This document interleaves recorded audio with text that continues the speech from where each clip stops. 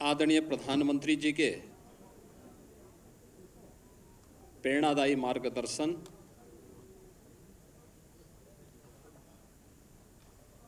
और उनके विजनरी नेतृत्व में सेवा,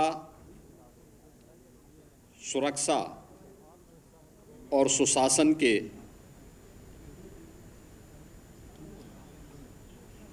उत्तर प्रदेश की डबल इंजन सरकार के आज 8 वर्ष पूरे होने जा रहे हैं। इस अवसर पर भारतीय जनता पार्टी एनडीए के अपने सभी सहयोगियों की ओर से मैं आप सबका इस विशेष संवाद में हृदय से स्वागत करता हूं और प्रदेशवासियों को 8 वर्ष की इस शानदार यात्रा के लिए, जिसमें उत्तर प्रदेश की 25 करोड़ जनता जनार्दन का व्यापक समर्थन और आशीर्वाद प्राप्त हुआ है, इसके लिए उन्हें मैं हृदय से बधाई भी देता हूं। अभी यहाँ पर मंच पर उपस्थित मंत्रिमंडल के मेरे वरिष्ठ सहयोगियों और एनडीए के जुड़े हुए हमारे सभी वरिष्ठ नेताओं ने 8 वर्ष की इन उपलब्धियों को लेकर के उत्तर प्रदेश की इस यात्रा को डबल इंजन सरकार ने कैसे आगे बढ़ाया है, इससे संबंधित एक रिपोर्ट कार्ड आपके सामने प्रस्तुत किया है और एक लघु वीडियो फिल्म के माध्यम से भी उसे प्रस्तुत करने का प्रयास किया गया है।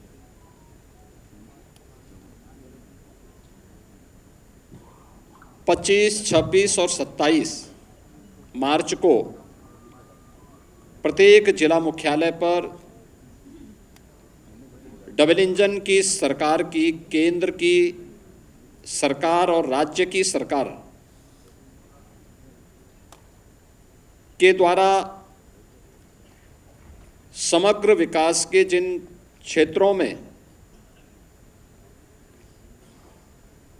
कार्य किया गया है, वह अन्नदाता किसान के उत्थान के लिए हो, युवाओं के रोजगार के लिए हो, मातृशक्ति के स्वावलंबन के लिए हो, हस्तशिल्पी और कारीगरों के उत्थान के लिए हो, बेरोजगारों को रोजगार देने का, इंफ्रास्ट्रक्चर डेवलपमेंट का, परंपरागत उद्यमिता को नए स्किल के साथ आगे बढ़ाने का, इन सभी अलग अलग सेक्टर में क्या क्या कार्य हुए हैं, इन 3 दिवसीय विकास उत्सव के माध्यम से जनपद के अंदर उस सभी सेक्टर से जुड़े हुए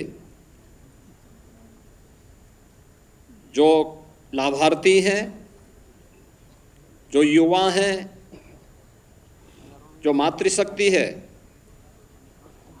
जो उद्यमी हैं, इन सभी के सम्मान से संबंधित और विकास की इन योजनाओं के प्रति जनता जनार्दन की प्रति कृतज्ञता ज्ञापित करने के लिए ये 3 दिवसीय कार्यक्रम कल से प्रत्येक जनपद मुख्यालय में प्रारंभ होने जा रहे हैं। और इसीलिए मैंने आज आवश्यक समझा कि अपने सहयोगियों के साथ हम इस संवाद के माध्यम से आपके सामने इन 8 वर्षों की इस यात्रा के बारे में बताएं। आप में से ज़्यादातर लोग जानते हैं 8 वर्ष पहले उत्तर प्रदेश की स्थिति क्या थी, उत्तर प्रदेश की पहचान क्या थी, उत्तर प्रदेश की अर्थव्यवस्था और उत्तर प्रदेश का इंफ्रास्ट्रक्चर क्या था, ये किसी से छुपा हुआ नहीं है। ये वही उत्तर प्रदेश है जिसके सामने पहचान का संकट था। ये वही उत्तर प्रदेश है जहां पर किसान आत्महत्या करता था, युवा पहचान के लिए मोहताज था, बेटी और व्यापारी असुरक्षित थी। ये वही उत्तर प्रदेश है जिसने दंगों के माध्यम से बिगड़ती हुई अपनी अर्थव्यवस्था को देखा है, झेला है। अराजकता के तांडव को किस हद तक अव्यवस्थित क्या कर दिया गया था, इन सभी बातों को उत्तर प्रदेश ने देखा है, झेला है। लेकिन प्रदेश वही, तंत्र वही, केवल सरकार बदलने से कैसे व्यापक परिवर्तन लाया जा सकता है, यह इन 8 वर्षों में उत्तर प्रदेश की जनता जनार्दन ने महसूस किया होगा, हर तबके के लोगों ने महसूस किया होगा। इन 8 वर्षों में जनता जनार्दन के लिए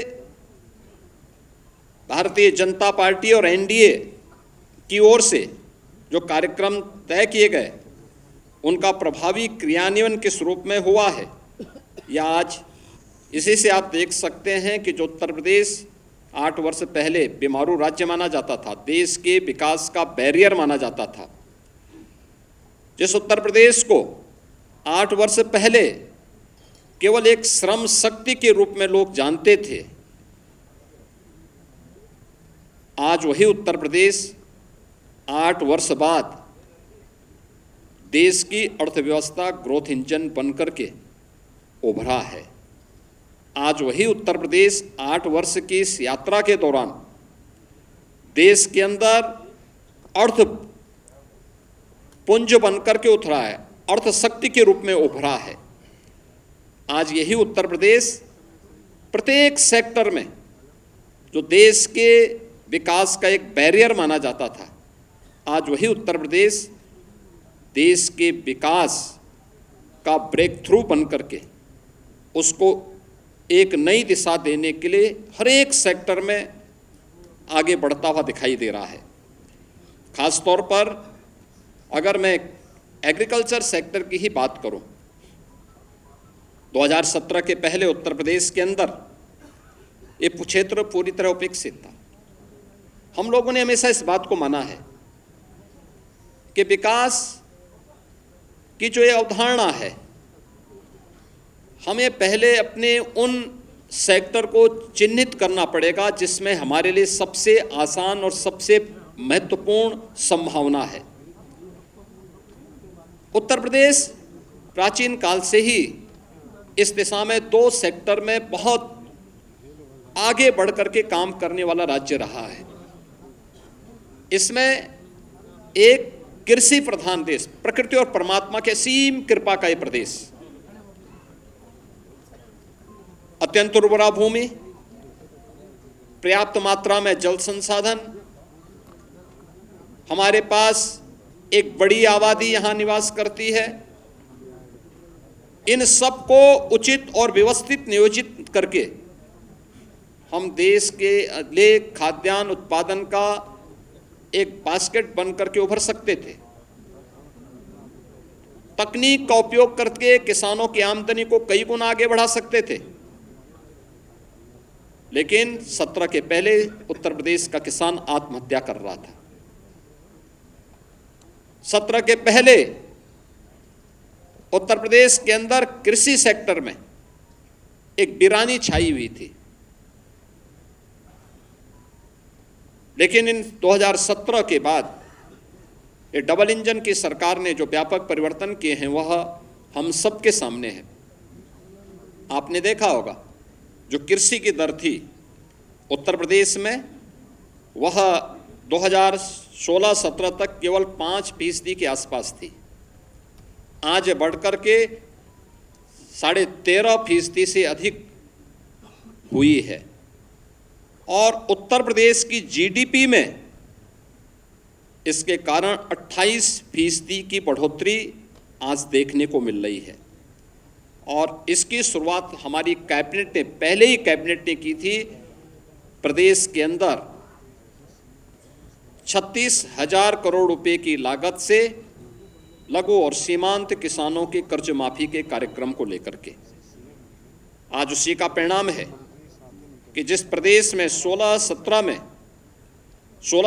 तक कुल यहाँ पे 557 लाख मीट्रिक टन खाद्यान्न का उत्पादन होता था, आज उसी प्रदेश में हम लोग गत वर्ष ही 668 लाख मीट्रिक टन से अधिक खाद्यान्न का उत्पादन किए हैं। यानी ये 20% खाद्यान्न के उत्पादन में बढ़ोतरी एक वर्ष में ही उत्तर प्रदेश के अंदर देखने को मिली है।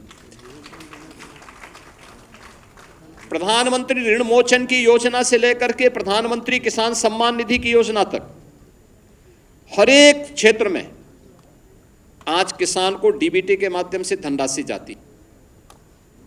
देश में आज के दिन पर प्रधानमंत्री किसान सम्मान निधि में 2,61,000 से अधिक किसानों को 80,000 करोड़ रुपए से अधिक की धनराशि डीबीटी के माध्यम से उनके खातों में गई है। प्रदेश के अंदर सिंचाई की क्षमता में व्यापक बढ़ोतरी हुई है। ये वही प्रदेश है वर्षों से जहां पर सिंचाई की परियोजनाएं लंबित पड़ी हुई थी। अर्जुन सहायक हो, बाणसागर हो, सरयू नहर राष्ट्रीय परियोजना हो, 40 वर्षों से योजनाएं लंबित पड़ी हुई थी। इस दौरान इन 8 वर्ष के अंदर प्रदेश सरकार ने, डबल इंजन की सरकार ने प्रधानमंत्री कृषि सिंचाई योजना का सहयोग लेकर के इन सभी परियोजनाओं को पूर्ण किया। लगभग 23 लाख हेक्टेयर के अतिरिक्त सिंचाई की सुविधा उत्तर प्रदेश के अन्नदाता किसानों को दी। प्रदेश के अंदर कृषि विज्ञान केंद्र स्थापित कराए। प्रदेश के अंदर कृषि विश्वविद्यालयों का उन्नयन किया। एक नए कृषि विश्वविद्यालय की स्थापना के लिए और 20 नए कृषि विज्ञान केंद्रों को कुछ सेंटर ऑफ एक्सीलेंस स्थापित करने की दिशा में कार्य प्रारंभ किए। टेक्नोलॉजी मिली, अच्छे बीज मिले। परिणाम क्या हुआ? धान में, गेहूं में, दलहन में, तिलहन में, श्रीअन्न में, हर एक सेक्टर में उत्तर प्रदेश एक नई स्पीड के साथ आगे बढ़ता हुआ दिखाई दिया। इसकी झलक मैं इसी बात से आपको देता हूं कि उत्तर प्रदेश में 2017 के पहले जो चीनी उद्योग लगभग बंदी के कगार पर था, अनुमान करिए व्यापक आंदोलन चलते थे, किसान अपने खेतों में आग लगाता था। वर्षों तक, जब 2017 में हम लोग आए थे तो 2008-9 से लेकर के 2017 तक गन्ना किसानों का गन्ना मूल्य का हजारों करोड़ रुपया बकाया था चीनी मिलों पर। सरकारें चीनी मिलों को औने पौने दाम पे बिक रही थी। आज भी माननीय उच्चतम न्यायालय में मामला चल रहा है, लेकिन हमारी सरकार आई, हमने एक भी चीनी मिल को बंद नहीं किया। बंद चीनी मिलों को रिवाइव किया। उत्तर प्रदेश के अंदर इस दौरान हम लोगों ने 3 नई चीनी मिलों की स्थापना की, 6 चीनी मिलों की पुनर्संचालन की कार्रवाई की, 38 चीनी मिलों का विस्तार किया और वर्तमान में 122 चीनी मिलें प्रदेश के अंदर क्रियाशील हैं। 2017 से अब तक गन्ना किसानों को 2,80,000 करोड़ रुपए से अधिक का गन्ना मूल्य का भुगतान हुआ और यह पिछली सरकारों के 22 वर्ष के कार्यकाल की तुलना अगर इसे किया जाए, उन्होंने 22 वर्ष में जितना किया उतना हमारी ये डबल इंजन की सरकार ने मात्र 8 वर्ष में किया। उससे भी 60,000 करोड़ रुपए से अधिक की धनराशि गन्ना किसानों के खाते में उपलब्ध करवाने का काम किया। इथेनॉल के नए प्लांट लगाए। 2017 तक केवल 42 करोड़ लीटर इथेनॉल का उत्पादन उत्तर प्रदेश में होता था। आज के दिन पर यह 177 करोड़ लीटर इथेनॉल का उत्पादन उत्तर प्रदेश के अंदर हो रहा है, जिससे अन्नदाता किसानों को सर्वाधिक लाभ हो रहा है। इसी प्रकार से चाहे गन्ना उत्पादन में, चाहे वह खाद्यान्न उत्पादन में हो या फिर फल एवं सब्जी के उत्पादन में भी आज उत्तर प्रदेश नंबर 1 पर फिर से आया है और उत्तर प्रदेश के अन्नदाता किसानों के जीवन में व्यापक परिवर्तन देखने को मिला है। पीएम कुसुम योजना के अंतर्गत सोलर पैनल लगा करके प्रदेश के अंदर लगभग 86,000 अन्नदाता किसानों के जीवन में व्यापक परिवर्तन का काम किया गया। तो 14 लाख निजी नलकूप को भी विद्युत की मुफ्त व्यवस्था देकर के अन्नदाता किसानों की आमदनी को बढ़ाने में सरकार ने योगदान दिया। और परिणाम है कि इस दौरान अगर आप देखें 2012 से 17 के बीच बिचौलियों के द्वारा तब सरकार करती थी, तब कोई प्रोक्योरमेंट सेंटर सरकार के द्वारा नहीं लगाए जाते थे। तब सरकार ने गेहूं का क्रय पे कुल पैसा खर्च किया था 12,808 करोड़। ये पैसा अन्नदाता किसान के पास नहीं, बिचौलियों के पास गया था। और 17 से लेकर के 23-24 के बीच में सरकार ने जो गेहूं क्रय पर धनराशि खर्च की है, इसमें 2.5 यानी इससे लगभग 2.5 गुना अधिक हम लोगों ने इसके लिए धनराशि खर्च की है, लोगों को उपलब्ध करवाया है। और इसमें 200 यानी 94, इसमें कुल धनराशि 12,808 करोड़ की तुलना में 43,424 करोड़ रुपए यानी 3.5 गुना अधिक भुगतान अन्नदाता किसानों को सीधे प्रोक्योरमेंट के केंद्र के माध्यम से हम लोगों ने अन्नदाता किसानों के लिए किया है। ऐसे धान के क्रय में भी 12 से 17 के बीच 17,190 करोड़ रुपए का कुल भुगतान बिचौलियों को हो पाया था, क्योंकि किसान सरकार के तत्कालीन सरकार के एजेंडे में कहीं नहीं था।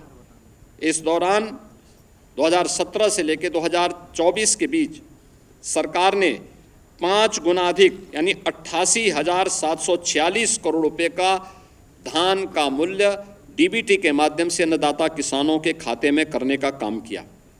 प्रदेश के अंदर 32 लाख हेक्टेयर से अधिक भूमि को बाढ़ से बचाव करने में सरकार ने सफलता प्राप्त की है।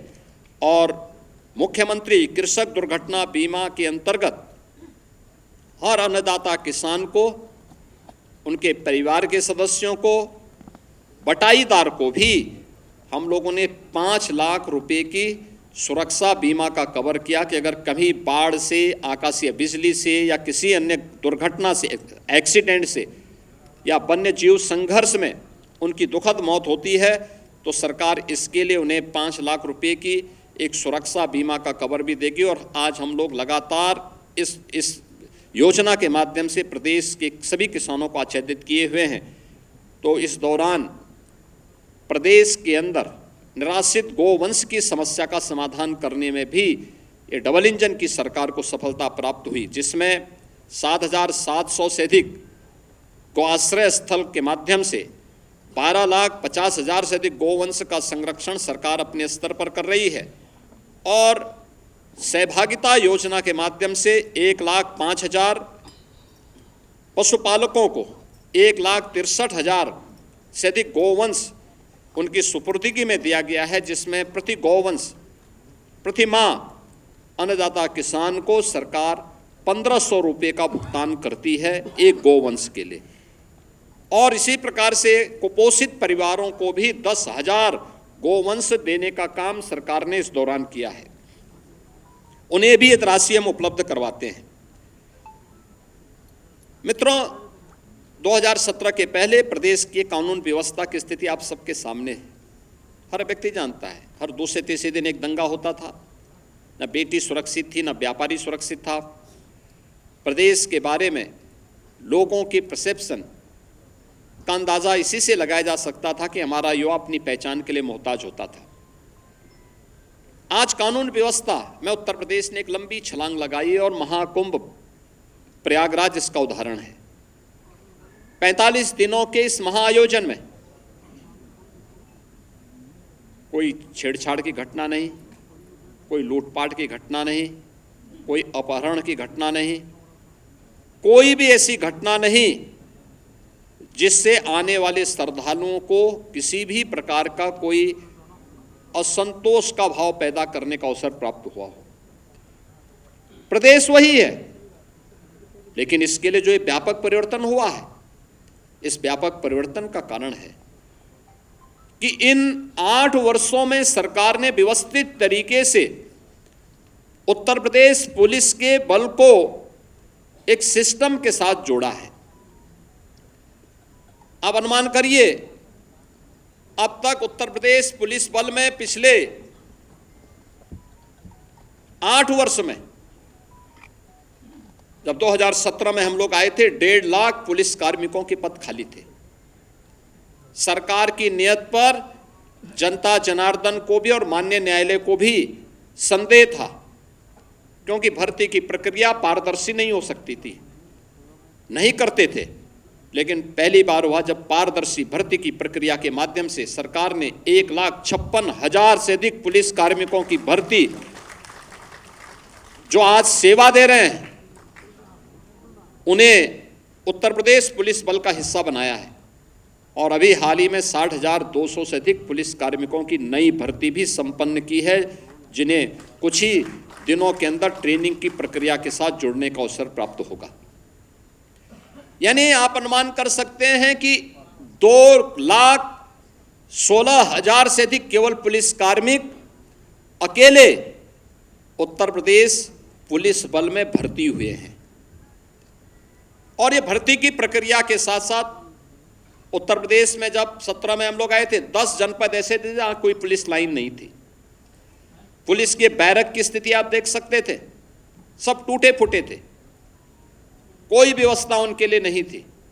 ट्रेनिंग मात्र 6,000 पुलिस कार्मिकों की ट्रेनिंग की क्षमता थी। आज उनके इंफ्रास्ट्रक्चर को बढ़ाया गया। सभी 10 जनपद जहां पे कोई पुलिस लाइन नहीं थी, या तो पुलिस लाइन का निर्माण पूरा किया गया, बल्कि पुलिस कुछ जगह निर्माण का कार्य पूरा किया या निर्माणाधीन है। हर जनपद में, हर थाने में पुलिस की अवस्थापना सुविधाओं के लिए बैरक का निर्माण किया गया।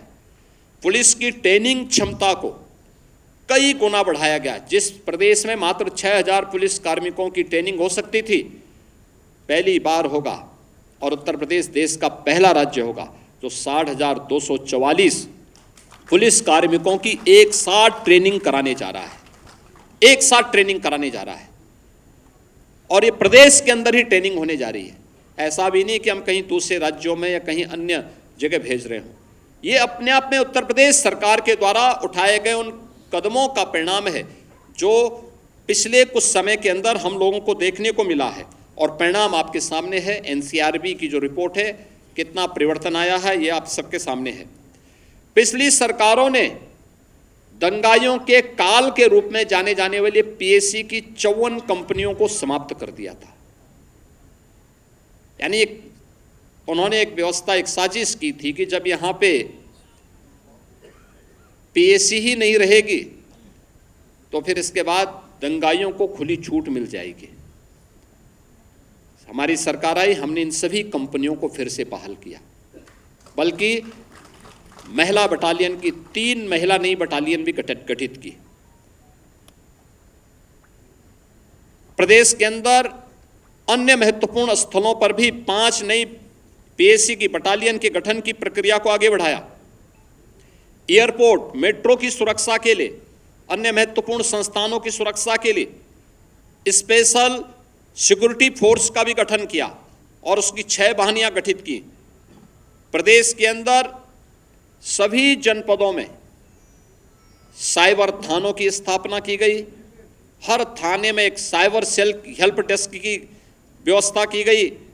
और आज प्रदेश के अंदर जो हमारी PRB 112 है, इसके रिस्पांस टाइम को 2017 के पहले इसका रिस्पांस टाइम 25 मिनट 42 सेकंड होता था, आज यह 7 मिनट 24 सेकंड का मात्र रह गया है।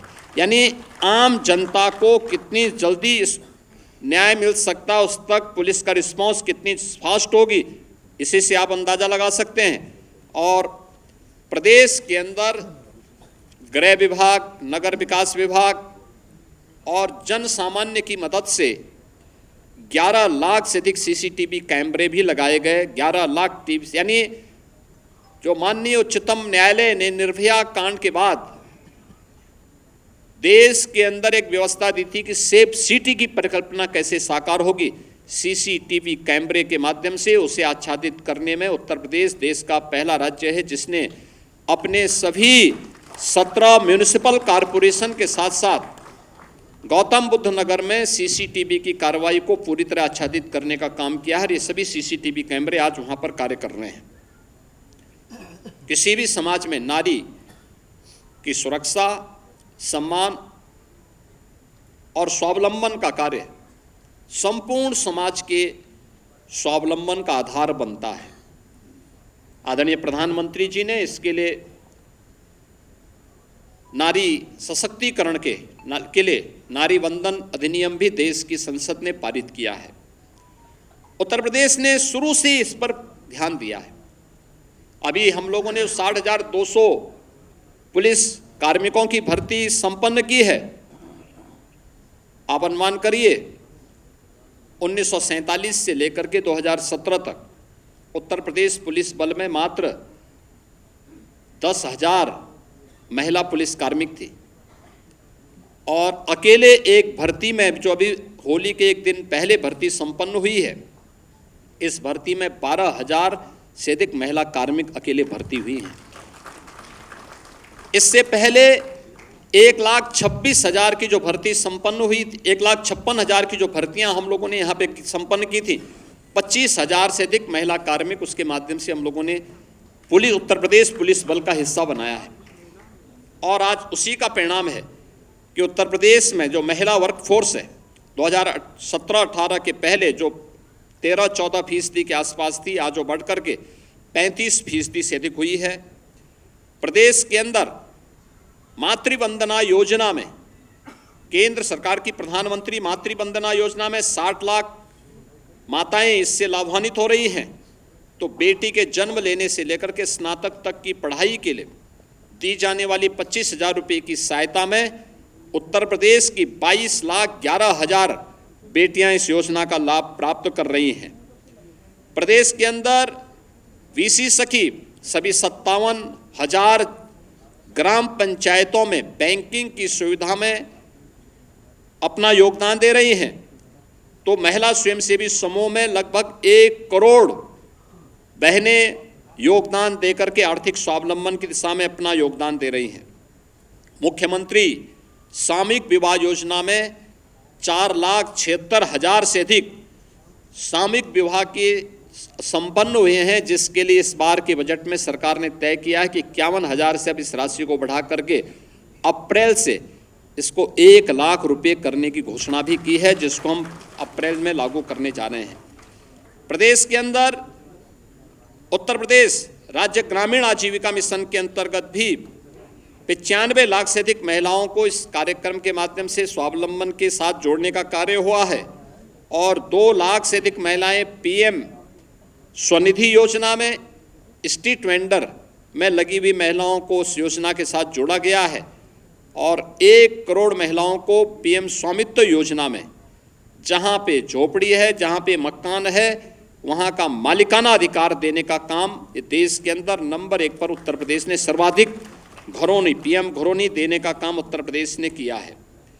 प्रदेश के अंदर उत्तर प्रदेश में 7 जनपदों में हम लोगों ने इस बजट में व्यवस्था की है कि कामकाजी महिलाओं के लिए पुण्य श्लोका लोकमाता अहिल्याबाई होलकर के नाम पर वाराणसी, मेरठ, प्रयागराज, कानपुर, झांसी, आगरा और गोरखपुर में कामकाजी महिलाओं के लिए छात्रावास के निर्माण की कार्रवाई को भी हम लोग इस नए बजट में क्रियान्वित करने जा रहे हैं। मित्रों, प्रदेश वही है जिस प्रदेश का युवा पहले अपनी पहचान के लिए मोहताज था। आज उत्तर प्रदेश का नौजवान हो, अन्नदाता किसान हो, उत्तर प्रदेश की कोई बेटी या बहन हो या उत्तर प्रदेश का व्यापारी या उद्यमी, जीवन के किसी भी क्षेत्र का कोई युवा या समाज का कोई भी व्यक्ति आज जब उत्तर प्रदेश के बाहर जाता है तो उसके सामने अब पहचान को छुपाने की समस्या नहीं होती। आज वो बड़े गर्व के साथ अपने आप को उत्तर प्रदेश वासी कह सकता है और नए भारत का, नया उत्तर प्रदेश किस रूप में अपनी युवा शक्ति के बल पर आगे बढ़ रहा है, यह हम इसी से अंदाज़ा लगा सकते हैं कि 2016-17 में जिस उत्तर प्रदेश की बेरोजगारी दर 19% से अधिक थी, आज वह घट करके मात्र 3% रह गई है। चाहे वह कृषि के सेक्टर में किए गए परिवर्तन हो या फिर एमएसएमई सेक्टर में, सूक्ष्म लघु मध्यम उद्यम के क्षेत्र में, या अपने हस्तशिल्पी और कारीगरों के उन्नयन के माध्यम से, उनके स्किल डेवलपमेंट के माध्यम से उत्तर प्रदेश पहला राज्य था जिसने ओडीओपी की स्कीम चलाई, वन डिस्ट्रिक्ट वन प्रोडक्ट के माध्यम से परंपरागत उद्यम को प्रोत्साहित करने का काम किया। इसने उत्तर प्रदेश के एक्सपोर्ट को 86,000 करोड़ रुपए से बढ़ा करके 2 लाख करोड़ रुपए से अधिक बढ़ाने का काम किया है और उत्तर प्रदेश भी एक एक्सपोर्ट स्टेट के रूप में स्थापित हो सकता है, उत्तर प्रदेश ने साबित किया है। उत्तर प्रदेश में हम लोगों ने अब तक 8 लाख से अधिक भर्तियां, सरकारी नौकरियां उत्तर प्रदेश के युवाओं को दी है। एमएसएमई सेक्टर में 2 करोड़ से अधिक युवा इनके साथ यहाँ पे या तो नौकरी या स्वतः रोजगार के साथ जुड़ा है और साथ साथ निवेश की जो व्यापक संभावनाएं उत्तर प्रदेश के अंदर बनी हैं, इनमें भी उत्तर प्रदेश ने बड़े पैमाने पे उत्तर प्रदेश के युवाओं को इसके साथ जोड़ने का काम किया है। प्रदेश में आज के दिन पर 50 लाख से अधिक युवाओं को हमने डिजिटली सक्षम बनाने में सफलता प्राप्त की है, जिसे टैबलेट और स्मार्टफोन दे करके उन्हें इस दिशा में आगे बढ़ाने का काम किया है। तो आज उत्तर प्रदेश के अंदर हम देख सकते हैं कि सबसे बड़ा एमएसएमई का base 96 lakh MSME unit UP के पास है। अपने हस्तशिल्पी और कारीगरों के लिए विश्वकर्मा श्रम सम्मान की जैसी स्कीम आज उत्तर प्रदेश चला रहा है, जिसमें लाखों ऐसे हस्तशिल्पी और कारीगरों के स्किल डेवलपमेंट के लिए उन्हें फ्री में टूल किट उपलब्ध कराने, सस्ते में लोन उपलब्ध करवाने की कार्रवाई को आगे बढ़ाने का काम किया है। और वर्तमान में एक नई स्कीम, मुख्यमंत्री युवा उद्यमी स्कीम, जो अब तक की बहुत लोकप्रिय स्कीम होने जा रही है, जिसमें 31 मार्च तक 1 लाख नए युवा उद्यमी उत्तर प्रदेश बनाने के लक्ष्य रखे हैं। उस कार्यक्रम को हम लोग आगे बढ़ाने जा रहे हैं, जिसमें 5 लाख रुपए तक का ब्याज मुक्त ऋण प्रथम चरण में, मार्जिन मनी 10% और गारंटी मुक्त लोन देने की कार्रवाई को भी सरकार आगे बढ़ा रही है। शिक्षा, जिस प्रदेश की स्थिति ऐसी रही हो कि नकल जन्मसिद्ध अधिकार कुछ लोग मानते थे, आज वहाँ नकल विहीन परीक्षाएं हो रही हैं। बेसिक शिक्षा परिषद के स्कूल जो बंदी के कगार पर थे, आज उनमें 50 लाख से अधिक बच्चों की बढ़ोतरी, उन सभी बच्चों को 1200 रुपये 2 यूनिफॉर्म के लिए, बैग के लिए, बुक्स के लिए, शूज और सॉक्स के लिए, स्वेटर के लिए सरकार डीबीटी के माध्यम से उपलब्ध करवाने का कार्य कर रही है।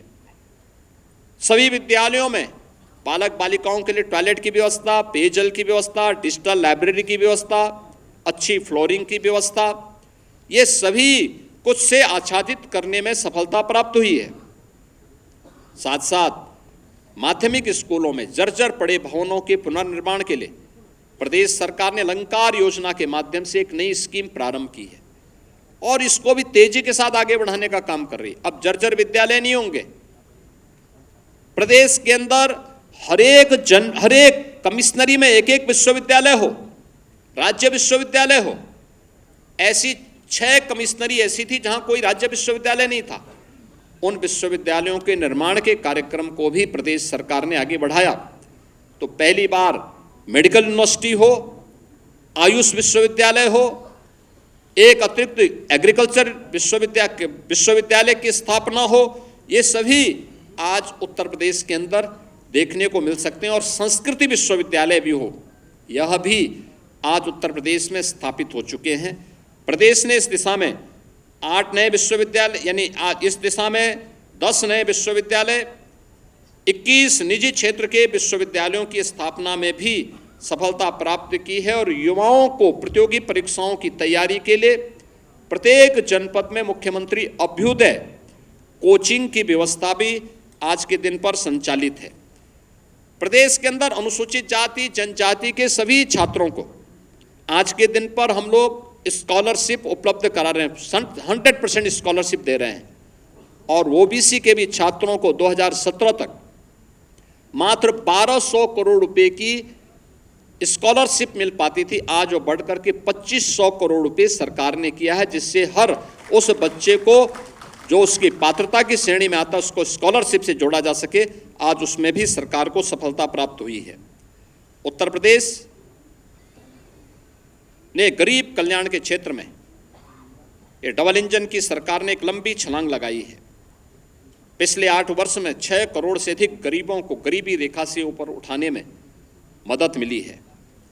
15 करोड़ उत्तर प्रदेश के वासी आज भी प्रति माह पिछले 5 वर्ष से फ्री में राशन की सुविधा का लाभ प्राप्त कर रहे हैं। 1 करोड़ 86 लाख उज्ज्वला योजना के कनेक्शन उपलब्ध हुए हैं। होली और दीपावली में एक रसोई गैस के सिलेंडर उन्हें फ्री में उपलब्ध करवाए जा रहे हैं। प्रधानमंत्री किसान सम्मान निधि में 2 करोड़ 62 लाख किसानों को इस योजना से जोड़ा गया है, जिन्हें प्रतिवर्ष 6000 रुपये उनको डीबीटी के माध्यम से केंद्र सरकार उपलब्ध करवा रही है।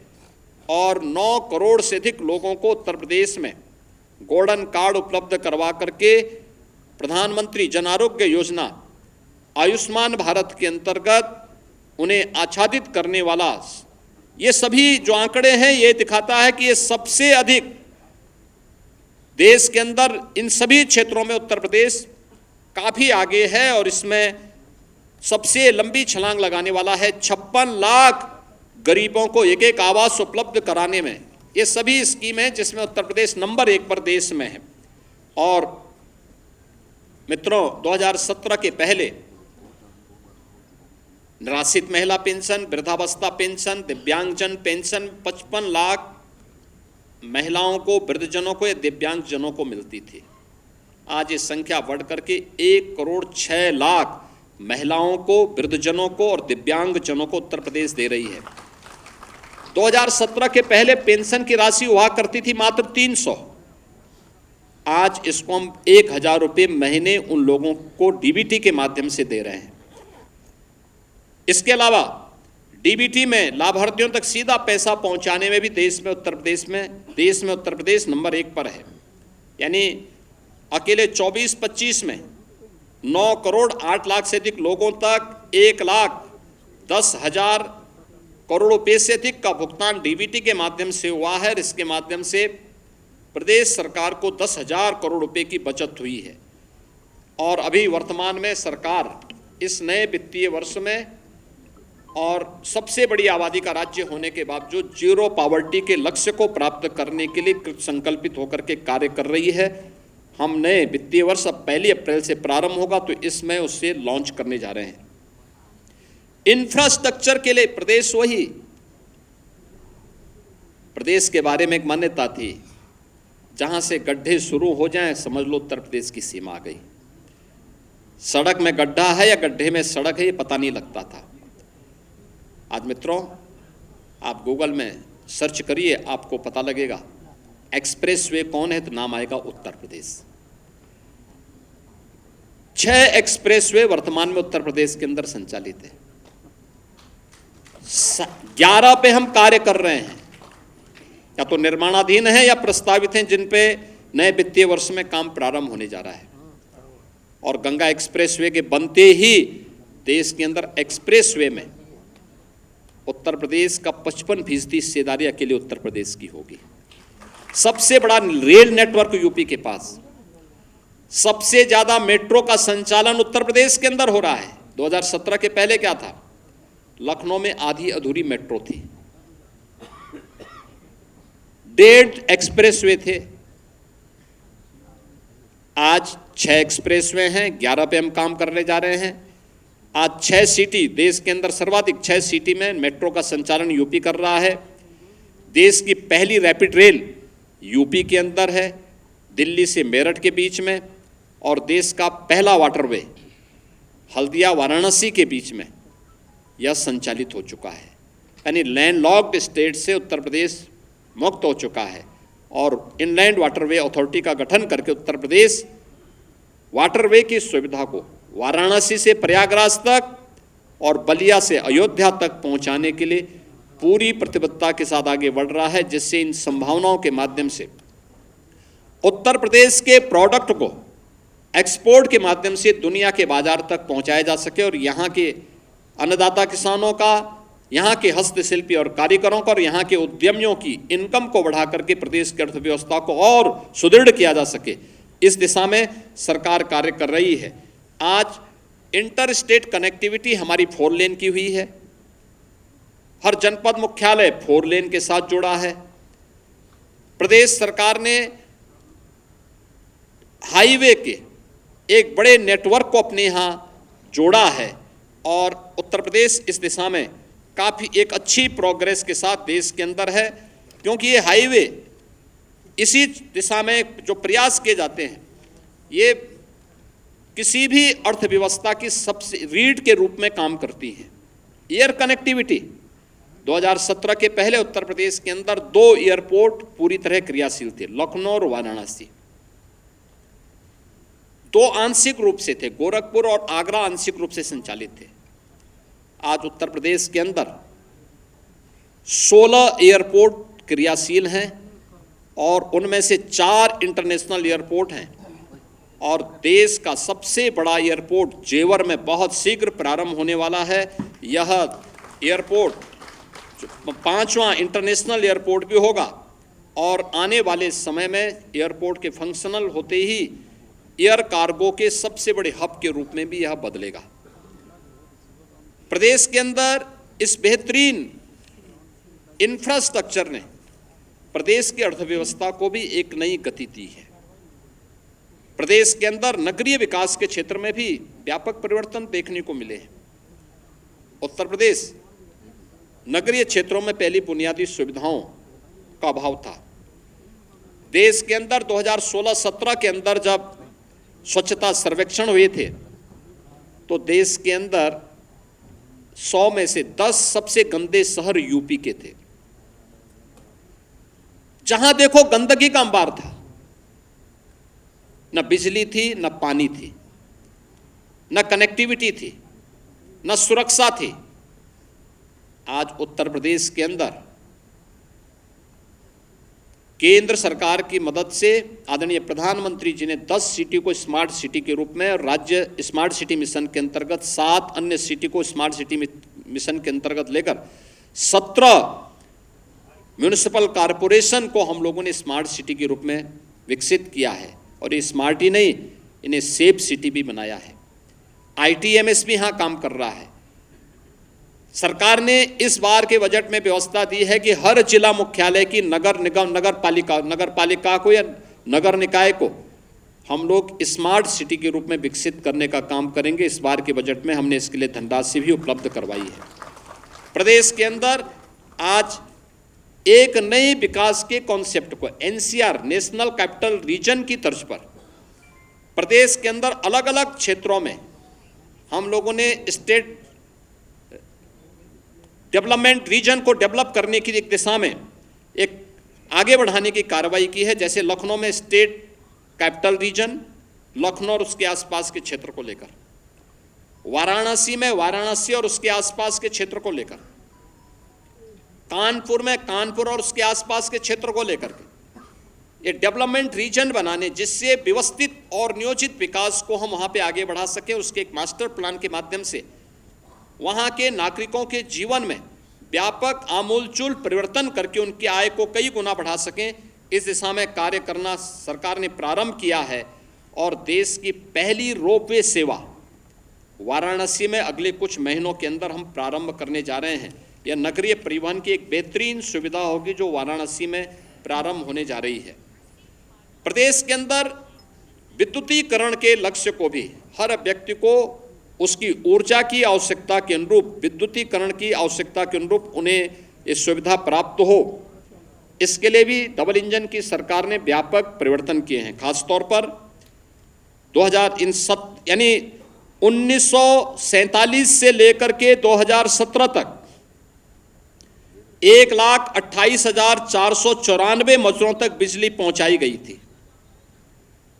और इस दौरान अकेले 8 वर्ष के अंदर यह संख्या बढ़कर के 1,28,000 से बढ़कर के 2,49,818 यानी 1,21,000 मात्र हम लोगों ने 8 वर्ष में उन मजदूरों तक विद्युतीकरण का कार्य पूरा किया है। 12 से 17 के बीच में केवल 8,44,000 विद्युत कनेक्शन उपलब्ध करवाए गए। 8,44,000 विद्युत कनेक्शन 12 से 17 के बीच। और इस दौरान इन 8 वर्षों में 1,65,00,000 गरीबों को निःशुल्क विद्युत के कनेक्शन उपलब्ध करवाए गए। पहले बिजली आती नहीं थी और आज ग्रामीण क्षेत्र में 18 घंटे, तहसील मुख्यालयों में 20 घंटे और जनपद मुख्यालयों में 24 घंटे विद्युत की आपूर्ति प्रदेश सरकार के द्वारा 2017 से निरंतर की जा रही है। पावर जनरेशन के लिए भी सरकार ने अनेक कदम उठाए हैं। खासतौर पर नए जनरेशन प्लांट घाटमपुर में 660 मेगावाट की 3 नई यूनिट ये स्थापित हो रही हैं।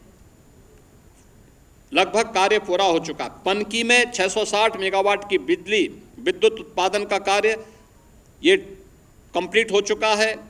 सोनभद्र ओबरा में 660 मेगावाट की 2 यूनिट यहाँ पर क्रियाशील होने वाली है। और जवाहरपुर एटा में भी 660 मेगावाट की 2 यूनिट कंप्लीट हो चुके हैं, कार्य होने जा रहा है। और प्रयागराज मेजा में 800 मेगावाट की 3 नई यूनिट के निर्माण के कार्यक्रम के साथ हम एनटीपीसी के साथ मिलकर के इस कार्यक्रम को आगे बढ़ा रहे हैं। यह जनरेशन कि इतना विद्युत का उत्पादन जिस राज्य में केवल इससे पहले 2017 के पहले कुल 6,000 मेगावाट की विद्युत की आपूर्ति राज्य अपने स्रोत से कर पा रहा था, आज उससे ज़्यादा विद्युत का उत्पादन के साथ साथ हम लोग पीक आवर में 33,33,000 मेगावाट की बिजली की आपूर्ति प्रदेशवासियों को हम लोग कर रहे हैं। वर्तमान में प्रदेश सरकार कर रही है। मित्रों, सौर ऊर्जा के क्षेत्र में भी 2017 के पहले अगर हम देखें तो मात्र 228 मेगावाट की परियोजना उत्तर प्रदेश के अंदर क्रियाशील थी। और इन 8 वर्षों में हम लोगों ने 2653 मेगावाट क्षमता की सौर ऊर्जा उत्पादन की है। वर्तमान में बुंदेलखंड में ग्रीन एनर्जी कॉरिडोर के माध्यम से 4,000 मेगावाट के सोलर पार्क की स्थापना की जा रही है। और अगले 5 वर्ष के अंदर 22,000 मेगावाट की एक ग्रीन एंड क्लीन एनर्जी बनाने के लिए सरकार पूरी प्रतिबद्धता के साथ काम कर रही है। औद्योगिक विकास, ईज ऑफ डूइंग बिजनेस में उत्तर प्रदेश 2017 के पहले 14वें स्थान पे था। आज देश का टॉप अचीवर स्टेट के रूप में उत्तर प्रदेश बना हुआ है।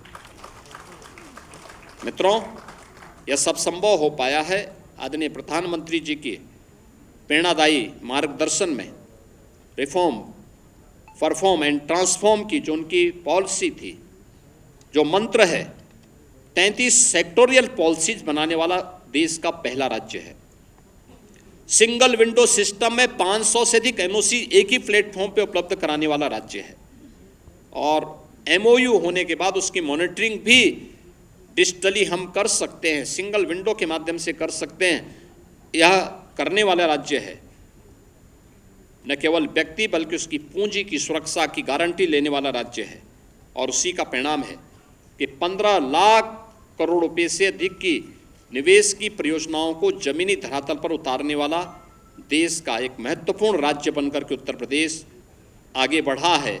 और उत्तर प्रदेश की संभावना बताती है कि आने वाले समय में उत्तर प्रदेश देश के अंदर सबसे अधिक इस फील्ड में काम करने, निवेशकों को आकर्षित करने वाले एक ड्रीम डेस्टिनेशन बनकर के उत्तर प्रदेश देश के अंदर उभरा है। चिकित्सा और स्वास्थ्य के क्षेत्र में भी राज्य सरकार ने अनेक महत्वपूर्ण पहल की है। याद करिए, 2017 के पहले केवल 12 government medical college Uttar Pradesh के अंदर बन पाए थे। यानी ये आज़ादी के पहले से लेकर के 2017 तक की बात कर रहा हूँ, और 2017 से अब तक कुल प्रदेश में 80 मेडिकल कॉलेज बने हैं, जिसमें 44 गवर्नमेंट सेक्टर के बने हैं, 36 निजी मेडिकल कॉलेज भी बने हैं।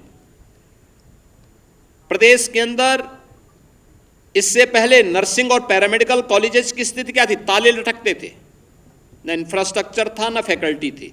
आज प्रदेश के अंदर हर मेडिकल कॉलेज में नर्सिंग कॉलेज बनाने की कार्रवाई को तेजी के साथ आगे बढ़ाने का कार्य हो रहा है। प्रदेश के अंदर हम लोगों ने जो 36 जनपद ऐसे थे जिनमें संचारी रोग में, खासतौर पर इंसेफ्लाइटिस से उत्तर प्रदेश के मासूम तड़प तड़प करके मरते थे, आज उस पर प्रभावी नियंत्रण करने में उत्तर प्रदेश ने सफलता प्राप्त की है। और मुझे बताते हुए प्रसन्नता है कि 2017 की तुलना में आज 2024 में एक्यूट इंसेफ्लाइटिस से 85% और जापानी इंसेफ्लाइटिस से 99% नियंत्रण करने में सरकार को सफलता प्राप्त हुई है। इसी प्रकार से डेंगू की मृत्यु दर को लगभग 95% कम करने में सफलता प्राप्त की है। मलेरिया पर 56% की कमी आई है। और आज प्रदेश के अंदर हम लोगों ने प्रदेश के अंदर आयुष्मान भारत में उत्तर प्रदेश देश के अंदर नंबर 1 पर है। मुख्यमंत्री आरोग्य मेले के माध्यम से लगभग 13.5 करोड़ रोगी उसके माध्यम से लाभान्वित हो रहे हैं। और जो विभिन्न मेडिकल कॉलेजेस की संख्या बढ़ाने के बाद जो सीट्स बढ़ी हैं, MBBS में 17 में मात्र 1990 सीट्स थी, आज वो बढ़ कर के 5250 हुई हैं। निजी मेडिकल कॉलेजेस में भी ये सीट्स 2550 से बढ़कर के 6550 हुई हैं। राजकीय क्षेत्र में PG सीट्स की संख्या 2017 के पहले जो 741 थी, आज वो बढ़कर के 1871 हुई हैं। और निजी क्षेत्र में भी जो PG की सीट्स 17 के पहले 480 थी, आज वो बढ़कर के 2100 तक बढ़ी हैं। प्रदेश में सुपर स्पेशलिटी 2017 में मात्र कुछ ही मेडिकल कॉलेजेज में भी उसकी भी बहुत कम ब्रांचेज हुआ करती थी। आज लगभग हर एक जनपद में सुविधा है। आज हर एक जनपद में डायलिसिस की सुविधा उपलब्ध करवाई जा रही है, CT स्कैन आदि की सुविधाएं उपलब्ध करवाई जा रही हैं, और सस्ते में दवा उपलब्ध हो इसके लिए तमाम हर एक जनपद में इसके लिए जन आरोग्य योजना से जुड़े हुए सुविधा केंद्रों को और उन प्रतिष्ठानों को स्थापित करने का काम भी किया जा रहा है।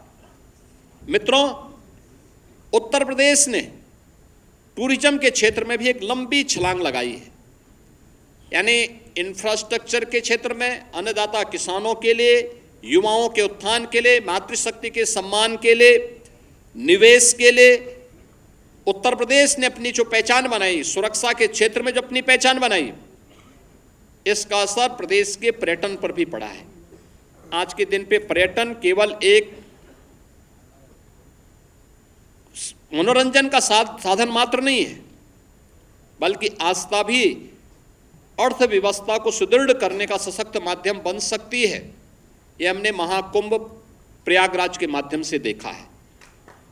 प्रयागराज महाकुंभ ने अलग अलग सेक्टर में नई नई संभावनाओं को आगे बढ़ाया, और उसी दिशा में आज गत वर्ष उत्तर प्रदेश में कुल जो टूरिस्ट आए थे वह 67 करोड़ आए थे, और लगभग इतने टूरिस्ट अकेले महाकुंभ प्रयागराज में इस वर्ष आए हैं। 2016 के पहले, 2017 के पहले वर्ष भर में 21 करोड़ टूरिस्ट यूपी के अंदर आते थे, अलग अलग। उसमें स्पिरिचुअल भी होता था, इको टूरिज्म भी होता था, हेरिटेज भी होता था, अन्य तमाम आयोजनों के साथ भी जुड़ते थे। आज ये संख्या बहुत बड़ी हो चुकी है, और इसमें दोनों डोमेस्टिक भी हैं और फॉरेन से भी आए हैं। इसमें प्रदेश के अंदर हम लोगों ने इसके लिए प्रदेश सरकार ने, डबल इंजन की सरकार ने काफ़ी बड़े पैमाने पे अवस्थापना सुविधाओं का विकास भी किया है, कनेक्टिविटी को भी बेहतर किया है, सुरक्षा का बेहतर माहौल दिया है, आज उसका परिणाम हम सब के सामने है।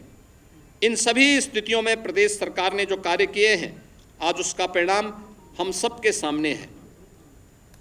उत्तर प्रदेश की अर्थव्यवस्था देश के अंदर जो 2017 के पहले छठे 7वें स्थान पर थी, आज देश की नंबर 2 अर्थव्यवस्था बनकर के उत्तर प्रदेश उभरा है।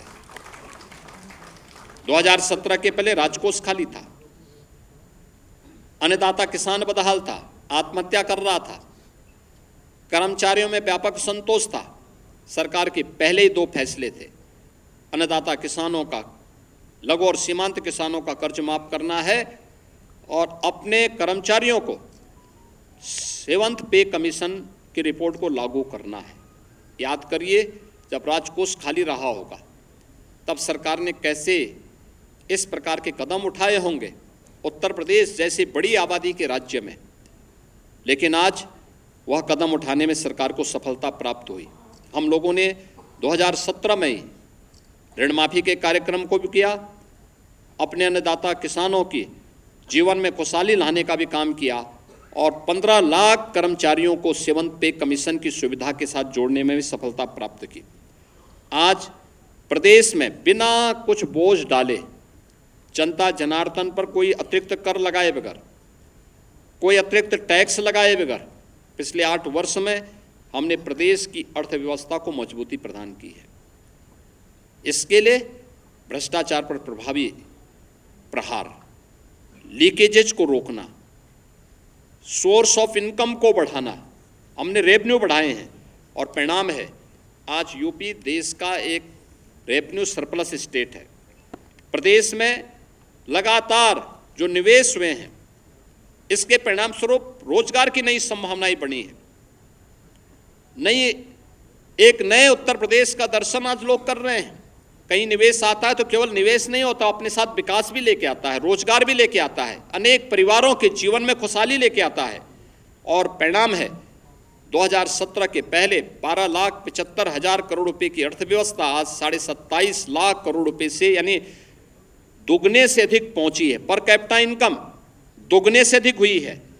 प्रदेश ने इस दिशा में काफी अच्छे जो पहल की है, वह परिणाम हम सब के सामने है और मैं उस दिशा में केवल यही मुझे कहना है कि प्रदेश आज एक अच्छी दिशा में बढ़ रहा है।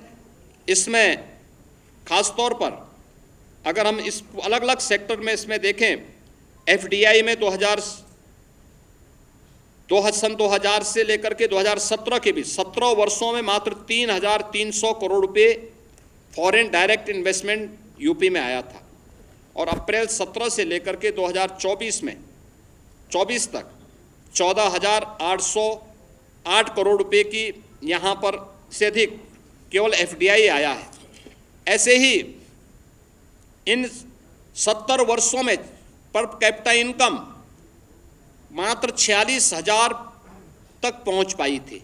आज यही बढ़ कर के अगर हम फाइनल जीएसडीपी के आंकड़ों के अनुसार देखें तो यह 1,14,000 है और प्लानिंग विभाग के अनुसार देखें तो यह 1,24,000 यानी पर कैपिटा इनकम यहाँ तक पहुँची है, लगभग 2.5 गुना बढ़ी है। बैंकिंग तंत्र की जो व्यवस्था होती है वह अर्थव्यवस्था को एक नया आयाम देता है। अगर 2016-17 में आप देखेंगे उत्तर प्रदेश में बैंक का व्यवसाय मात्र 12.5 लाख करोड़ का था, 24-25 में यह बढ़कर के 29,66,000 करोड़ यानी 2.25 गुने से अधिक हुआ है। और सीडी रेशियो जो उत्तर प्रदेश में 2017 तक मात्र 46% था, आज यह 61% से ऊपर बढ़ा है। प्रदेश के अंदर इस दौरान प्रदेश सरकार ने अनेक कार्यक्रम किए और खासतौर पर आरबीआई की ओर रिपोर्ट अत्यंत महत्वपूर्ण होती है जो इस बात को कहती है कि प्रोजेक्ट फाइनेंसिंग के लिए फंड आकर्षित करने में 16.2% हिस्सेदारी के साथ आज उत्तर प्रदेश देश के अंदर शीर्ष स्थान पर है। प्रदेश के अंदर अगर आप देखेंगे तो 132 कंपनियों ने केवल बॉम्बे स्टॉक एक्सचेंज में उत्तर प्रदेश की हैं, जिन्होंने वहाँ पे अपना पंजीकरण कराया है और जिनका मार्केट कैपिटल 3,61,162 करोड़ रुपए से अधिक का है।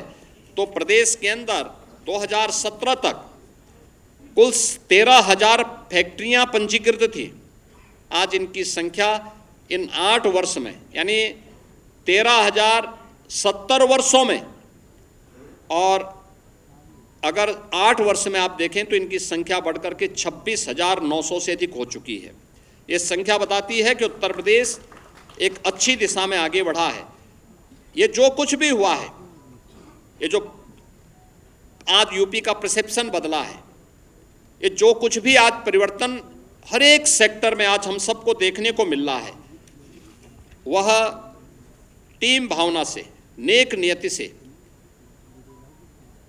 ईमानदार प्रतिबद्धता के साथ किए गए प्रयासों का परिणाम है। और उसका परिणाम हमारे सामने है कि हम खाद्यान्न उत्पादन में आज उत्तर प्रदेश देश में नंबर 1 है, गन्ना उत्पादन में नंबर 1 पर है, आलू उत्पादन में उत्तर प्रदेश नंबर 1 पर है, इथेनॉल की आपूर्ति करने वाला सबसे बड़े राज्य के रूप में उत्तर प्रदेश फिर से उभरा है, ईज ऑफ डूइंग बिजनेस में चीफ अचीवर स्टेट के रूप में उत्तर प्रदेश ने अपनी मजबूत उपस्थिति दर्ज की है। बैंकों से प्रोजेक्ट फाइनेंसिंग में भी उत्तर प्रदेश आज देश के अंदर शीर्ष स्थान पर है। आयकर रिटर्न भरने वालों की संख्या देश के अंदर नंबर 2 पर उत्तर प्रदेश है। जेम पोर्टल से सर्वाधिक खरीद फरोख्त करने वाले में राज्य उत्तर प्रदेश नंबर 1 पर है। कौशल विकास की नीति को लागू करने वाले राज्यों में उत्तर प्रदेश नंबर 1 पर है। सबसे अधिक एमएसएमई रखने वाला राज्य उत्तर प्रदेश है। पीएम आवास योजना, पीएम किसान सम्मान निधि, पीएम उज्ज्वला योजना, पीएम स्वनिधि योजना, पीएम स्वामित्व योजना, प्रधानमंत्री अटल पेंशन योजना, स्वच्छ भारत मिशन, प्रधानमंत्री जनधन योजना, प्रधानमंत्री सुरक्षा बीमा योजना, प्रधानमंत्री जीवन ज्योति बीमा योजना, अटल पेंशन योजना, इन सभी में उत्तर प्रदेश आज नंबर 1 पर है। ये योजनाएं बताती हैं कि उत्तर प्रदेश के अंदर पिछले 8 वर्ष के अंदर जीवन के प्रत्येक क्षेत्र में डबल इंजन की सरकार ने आदरणीय प्रधानमंत्री जी के मार्गदर्शन में जो कदम बढ़ाए हैं, वह एक सही दिशा में बढ़ाए गए कदम हैं।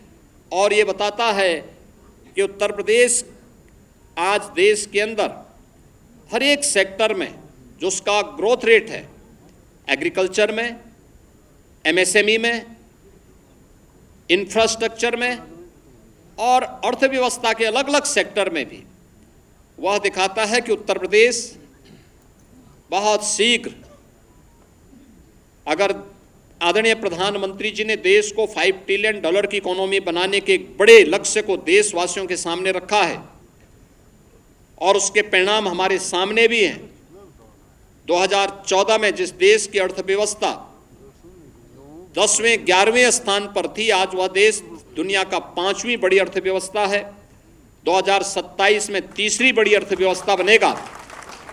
उत्तर प्रदेश आज नंबर 2 की देश की अर्थव्यवस्था है। $1 ट्रिलियन की इकोनॉमी प्राप्त करने के लिए जो प्रयास डबल इंजन की सरकार ने प्रारंभ किए हैं और ग्रोथ रेट को अपना बढ़ाया है, प्रत्येक सेक्टर में व्यापक परिवर्तन देखने को मिला है। आने वाले समय में उत्तर प्रदेश देश की शीर्ष अर्थव्यवस्था बनेगा, इसमें कोई संदेह नहीं होगा। और इस दिशा में कार्य करने के लिए पूरी टीम पूरी तत्परता के साथ कार्य कर रही है। मैं इन 8 वर्षों में उत्तर प्रदेश को अपना मार्गदर्शन प्रदान करने और यशस्वी नेतृत्व से समय समय पर उपकृत करने के लिए आदरणीय प्रधानमंत्री जी का, राष्ट्रीय अध्यक्ष श्री जगत प्रकाश नड्डा जी का, केंद्रीय रक्षा मंत्री माननीय श्री राजनाथ सिंह जी का, केंद्रीय गृह मंत्री श्री अमित शाह जी का, केंद्रीय मंत्रिमंडल के सभी माननीय मंत्रियों का, देश के अंदर विकास के लिए काम करने वाली उन सभी संस्थाओं का जो अपने विजनरी नेतृत्व में, प्रधानमंत्री जी के विजनरी नेतृत्व में कार्य करते हुए देश को आगे बढ़ाने में अपनी मदद कर रहे हैं, उन सभी संस्थाओं का, उत्तर प्रदेश के अपने संगठन के पदाधिकारियों का, प्रदेश मंत्रिमंडल के अपने वरिष्ठ सहयोगियों का, सभी अपने सहयोगी दलों का, एनडीए के अपने सभी घटक दलों का, इन सभी का भी मैं हृदय से इस अवसर पर अभिनंदन करता हूं, इन्हें धन्यवाद देता हूं कि इन्होंने पिछले 8 वर्ष के अंदर प्रदेश के अंदर जो स्केल था उसको स्किल और स्पीड के साथ जोड़ने में जो एक टीम भावना का परिचय दिया है, आज उसी का परिणाम हमारे सामने एक नए भारत के, नए उत्तर प्रदेश के रूप में देखने को मिल रहा है। और हम विश्वास के साथ कह सकते हैं कि यही स्पीड उत्तर प्रदेश को देश की नंबर 1 की अर्थव्यवस्था बनाने में मददगार साबित कर होगी। मैं एक बार फिर से प्रदेशवासियों का इस 8 वर्ष की शानदार यात्रा में योगदान के लिए उनका हृदय से अभिनंदन करते हुए बधाई देता हूं और विश्वास करता हूं कि 3 दिवसीय जनपदीय विकास उत्सव में उन सब की भागीदारी उत्तर प्रदेश के प्रत्येक जनपद में और अलग अलग सेक्टर में हुए विकास के कार्यों को जनता जनार्दन को देखने का अवसर प्राप्त होगा। मैं इसी के साथ आप सबको भी हृदय से धन्यवाद देता हूं जिन्होंने एक सकारात्मक पहल के माध्यम से सरकार की योजनाओं को आम जन तक पहुंचाने में मदद की है। बहुत बहुत धन्यवाद।